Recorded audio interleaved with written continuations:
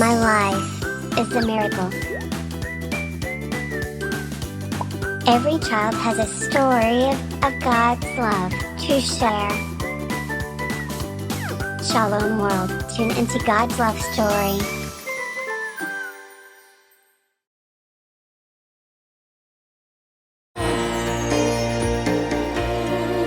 Mary, my mother.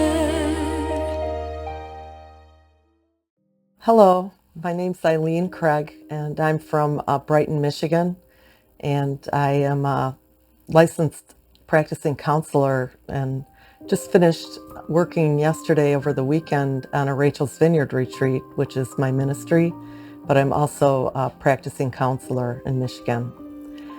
So I would just want to thank Shalom World for inviting me to speak about my story of Our Lady and how she's impacted my life and is a big part of my ministry to the post-abortive and to many other people that I work with. And it really began when I was a little girl and my sister used to take me to daily mass. She taught me about the real presence of Jesus in the Eucharist.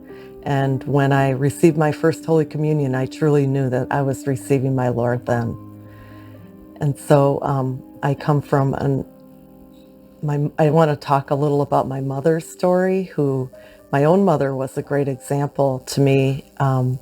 She had a very difficult life, was born in the Depression era, and her parents ended up being so poor that they had to give her and her siblings up for adoption. So she was adopted, and then by the time she was 16, she married my father, who ended up having, together they had 11 kids. And I am the ninth of 11. I come from this big Irish Catholic family, but there was a lot of difficulty in our life. With my father had a drinking problem, which set me up for to be vulnerable towards some things that happened in my life.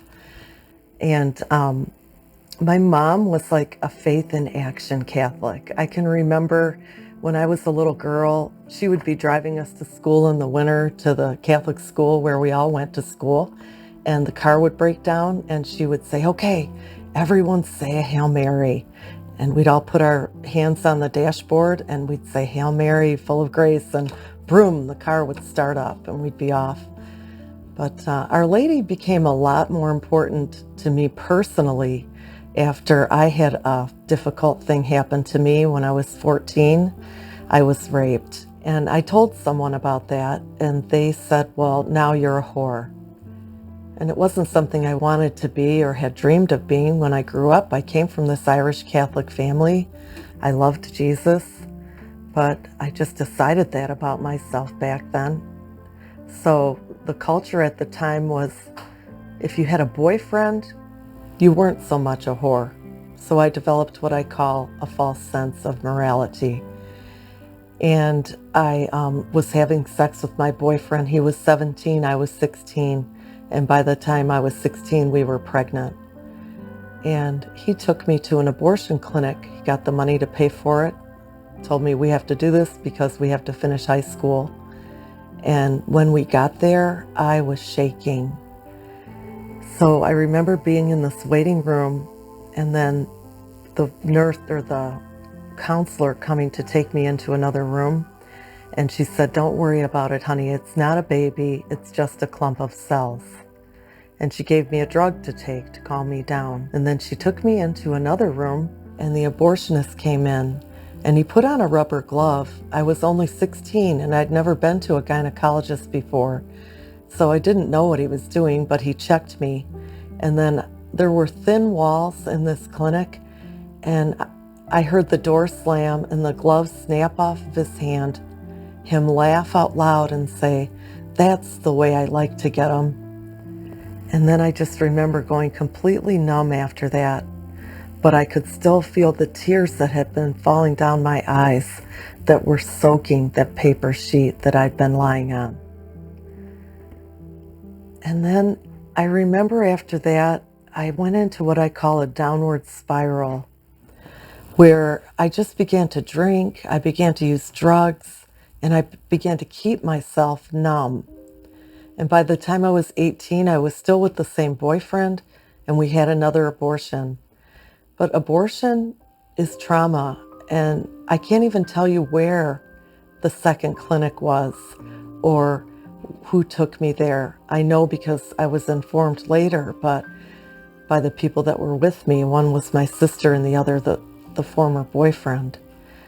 And everything just I blocked memory, and that's pretty common for people that have been through trauma because they just can't deal with that much pain. So Mary became very important to me later in my life when I had been, I ended up meeting my husband. No, I'm missing a big part here.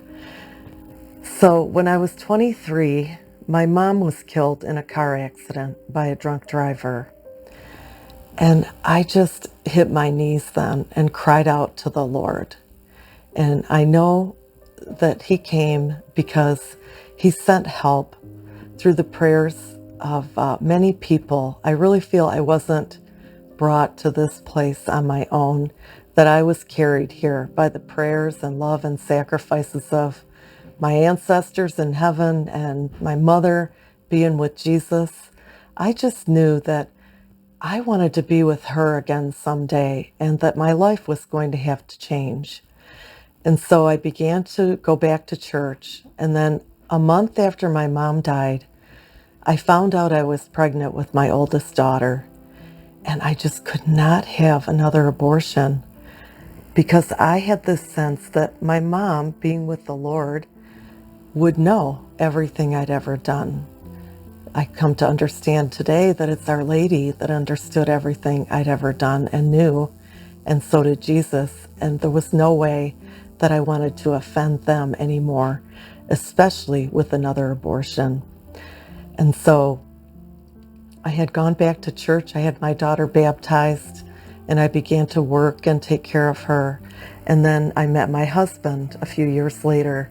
And the day before we got married, I went to confession, and I confessed the abortions. And the priest said to me, "Well, Jesus loves you." But to be honest, I wasn't convinced of that.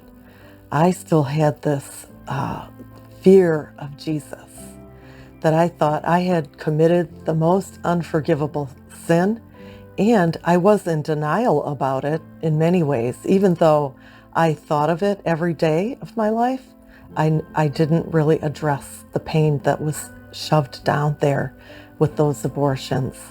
So it came that I ended up meeting some people after my friend had enrolled me in what the Seraphic Mass Association with Father Solanus Casey.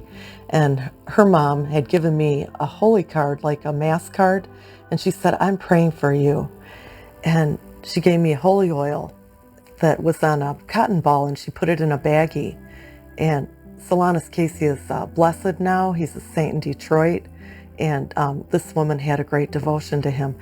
But I began to say one Hail Mary every morning before I went to work at that time.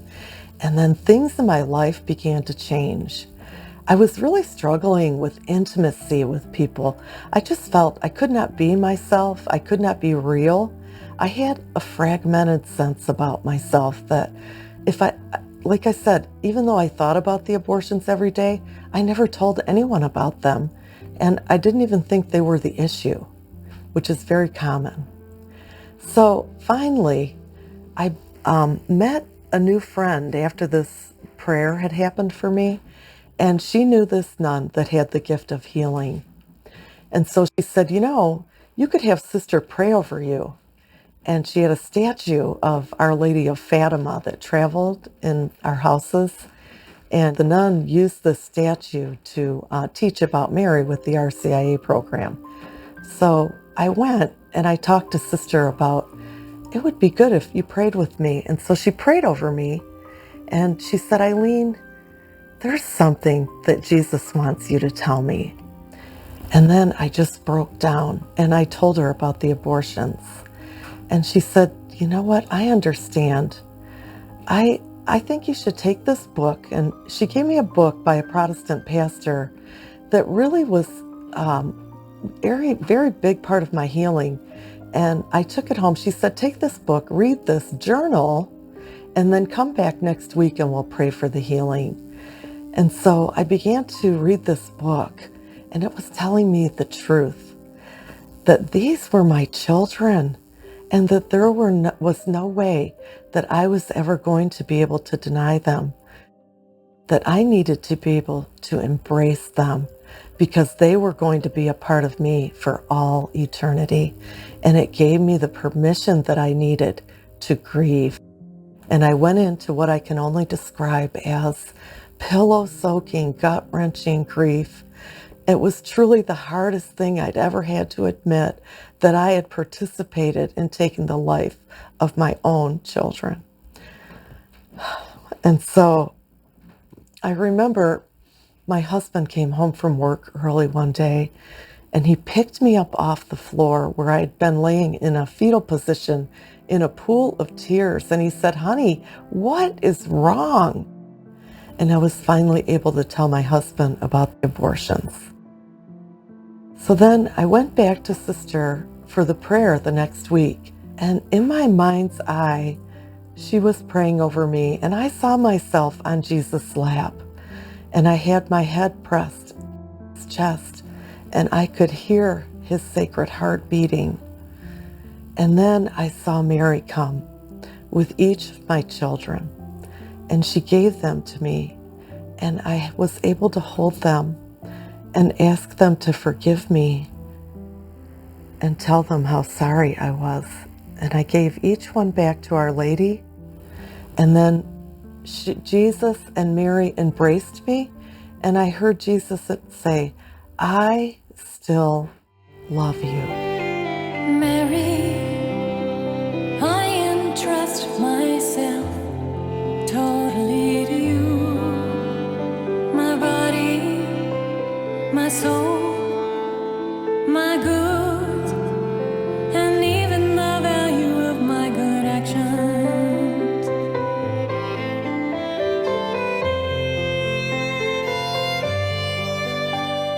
Mary, I give you my heart. Mary, I give you my heart. Set it on fire with love for Jesus, with love for Jesus, with love for Jesus. As I continued to grow in my relationship to God, later I went to Medjugorje in 2009 for my first time. The Lord sent me on a free trip, and it was a beautiful experience. And then I came back and I thought, well, I understand this. It's about prayer and fasting, and I'm just supposed to do this. And I was doing a lot of prayer and a lot of fasting. And then my son had an experience where he was being called there. So I ended up going back to Medjugorje again. And there, on that trip, I met these people that were really giving testimony to Jesus and bearing witness to his mercy. And so I felt that I was being called to do this. But when I came back from that trip, I really sensed the Lord wanted me to tell a few people about my story. And so the first one was the director of our pregnancy help center here in Brighton, Michigan. And then she said, Eileen, I've been praying for someone to come forward to give their story. Will you do it? And I was like, oh, okay. So I gave my witness there to like 400 people at their benefit dinner that year. Then after that, the other grace I would say from that trip to Medjugorje was that I began to go deeper into meditation. And so I was meditating on the mysteries of the Rosary. And Our Lady gave me this beautiful meditation where I was feeling I'm supposed to be speaking when I'm asked to speak, and also that they wanted me to help with the healing of others who had been involved in abortion and a lot of other things. So I was feeling that call to become a therapist, which I am today. I was feeling the call to speak publicly when I'm asked. And this meditation was really on the visitation. And so what it was is I saw myself as Elizabeth, and I was pregnant. And I was under the burden of that pregnancy because she was older, kind of placing myself in that meditation. And I saw Elizabeth, she's on the floor and she's mopping up the floor, which is to me was a symbol of the broken culture that we live in and the mess that's left behind. And so all of a sudden, Our Lady comes to the door and she downloads her Magnificat. My soul proclaims the greatness of the Lord, and my spirit rejoices in God my Savior. And the rest of it we all know. But she comes in, and I'm Elizabeth, and I'm saying to her, who am I that the mother of my Lord should come to me? Please sit here at my table. Let me serve you. And Our Lady walked in, and she got down on her hands and knees, and she took a rag out of my bucket, and she started to wipe up the mess. And I got on my hands and knees with her. I said, no, you will not clean up my mess. You will not do this. You're the mother of God. And she said, oh, my daughter. She held my arm and she stopped me and she said, you do not understand. I am going to help you. You and I are going to do this together. So it just really brought Mary alive in the ministry that I do to the post-abortive. And so that's really been the call. And being a therapist, I work on the Rachel's Vineyard retreats. During another meditation, I had that confirmed that I was meditating on the Stations of the Cross, and I saw Our Lady holding the Pieta, she's holding Jesus, his broken body in her arms. And I really felt Our Lady say to me, will you hold my son's broken body? And I said, yes, I want to help you. So I know with her. So what do I do today people will ask me sometimes, how do you hold all this trauma? How do you hold all this people's stories? How do you as a therapist do the work that you do when you hear so much? And it really is through her. And it really has been that through the daily rosary, through going to daily mass, through receiving the Eucharist, and where I know that my children are there, because all of heaven comes down on the altar at every mass. Every time I receive Jesus, I receive my children. I receive all of heaven to help me. And then also helping with the Entering Canaan ministry, which is a ministry to the post-abortive. There's a lot of different, just a lot on the call of my heart to help the post-abortive.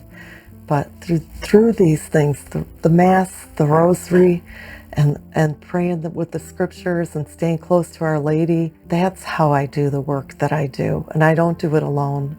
I do it with her help, with her grace. And I know there's so many millions of broken people out there that don't even know they need help. And I realized that was me, that I'm a part of her broken body, of her son's broken body in the world, and that she can help me to use me to help others come to wholeness, to help others heal, and know that it's a long process, but it's worth it. And I just can't thank Mary enough for all that she's done for me, for all that she wants to do for others, and how she wants to use this story for the glory of God and not for me. If it were up to me, I would have never told a soul.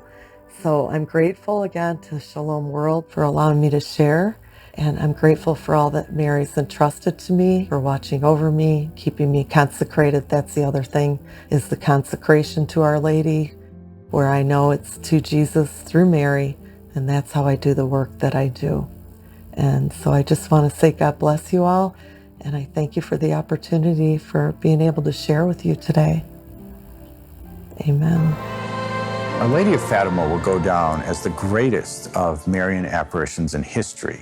It all began on May 13th in the year 1917 when three shepherd children, Lucia dos Santos, her cousins Francisco Marto and Jacinta Marto, witnessed a vision of the Virgin Mary standing in front of them in the fields of Cova de Iria.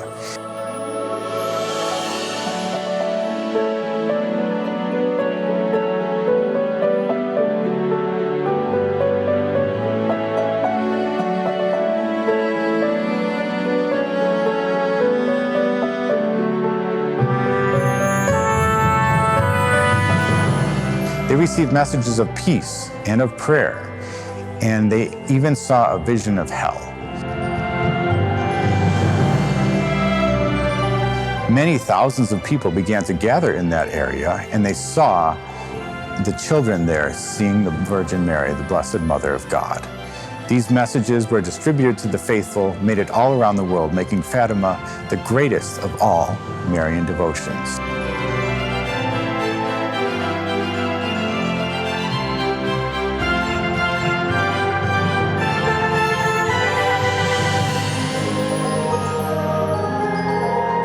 The greatest miracle that happened related to Fatima was the Great Sun Miracle, which occurred on October 13th, in which the thousands of people there who had been gathered to hear those messages of Our Lady and to witness a miracle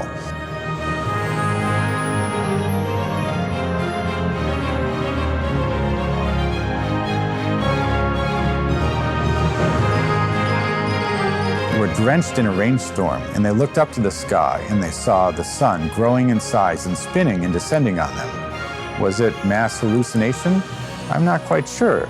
The people there who were drenched previously were instantaneously dried, and people witnessed this miracle from many miles away.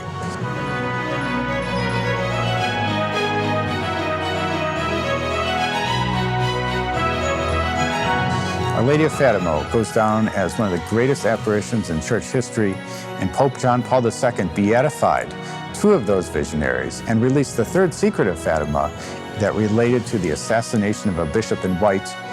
He, of course, relates that to his own assassination attempt on the feast of Our Lady of Fatima, taking the bullet from that assassination and placing it in the crown of Our Lady of Fatima. Our Lady of Fatima will go down as the greatest Marian apparition in the history of the Catholic Church.